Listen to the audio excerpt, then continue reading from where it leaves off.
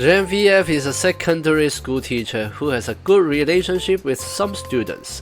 Recently, she has noticed the peculiar social behavior, the relationships among a few teenagers, and how they handle interpersonal relations are quite representative of the characteristics of human social groups in today's internet era. One day after a school athletic meet, these students invited Genevieve for a barbecue gathering. There were 7 of them, both boys and girls. As soon as they sat down, the excited students, like drunken adults, started discussing one remaining boy in their close-knit circle named Billy. They said they would be a chameleon, portraying a two-faced character within the group. A week later, Genevieve held a group activity with the same students from the previous gathering, including Billy. During the casual chat, one boy named Marcus asked Billy, "I noticed you blocked me on WhatsApp and Instagram last week. Can you unblock me?" Billy calmly explained that Marcus had previously posted something on Instagram that violated his privacy, angering him to block Marcus, though he had now vented and would unblock him. However, he added a condition. He would instantly unblock Marcus if Marcus could persuade a friend in his group, Janet, to unblock Billy on Instagram. It's understandable if one needs to reread the above a few times. Genevieve pondered for a while, asking the students for clarification before finally grasping everyone's actions, though still unsure about their underlying thoughts. The way these teenagers interact reflects how many people socialize nowadays, with 2 prominent features: inconsistency between online and offline behavior, and the loss of meaning behind the behavior. So when a friend offends you, the way to handle it is to block them online, but act normally when meeting face to face without mentioning the hurt.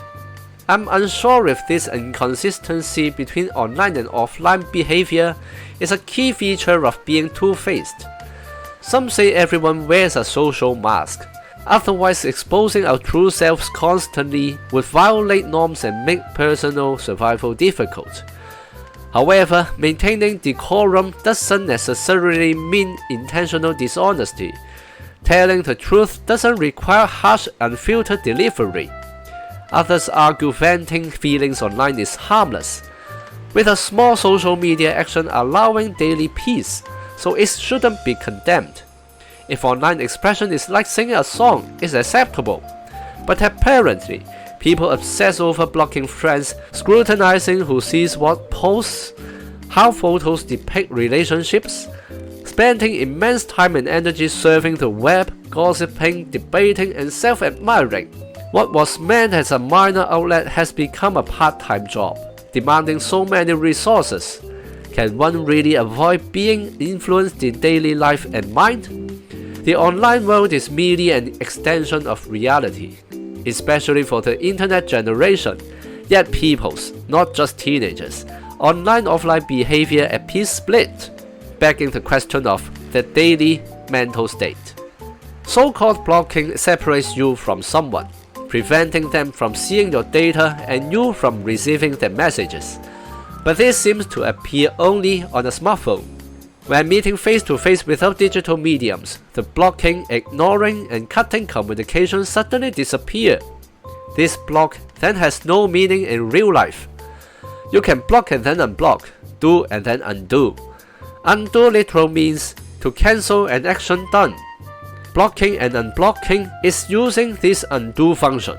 With friends, if conversations don't click, at most you grow distant or remain casual acquaintances. To block so extremely as if ending the friendship over disagreements, but unblock as soon as resolving issues.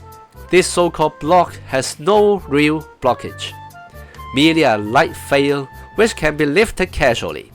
You know this action is meaningless, signaling the same to your peers.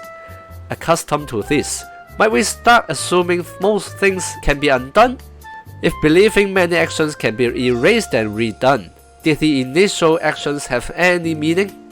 Continually experiencing this loss of meaning, doing countless meaningless things, can lead to feeling existence itself is meaningless, falling into nihilism.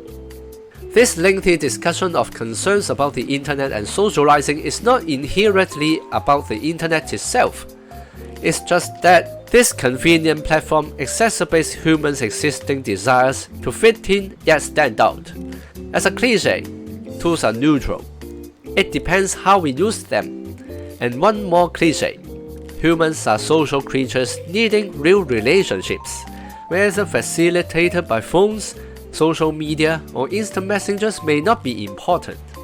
The key is genuine interaction. For the future of human social groups, we may stay cautious yet hopeful, lest falling into another nihilism of having no hope and unwillingness to change. Please comment if you have any ideas. You may also like, subscribe or share this video. Your action can spread the message. See you on the next video.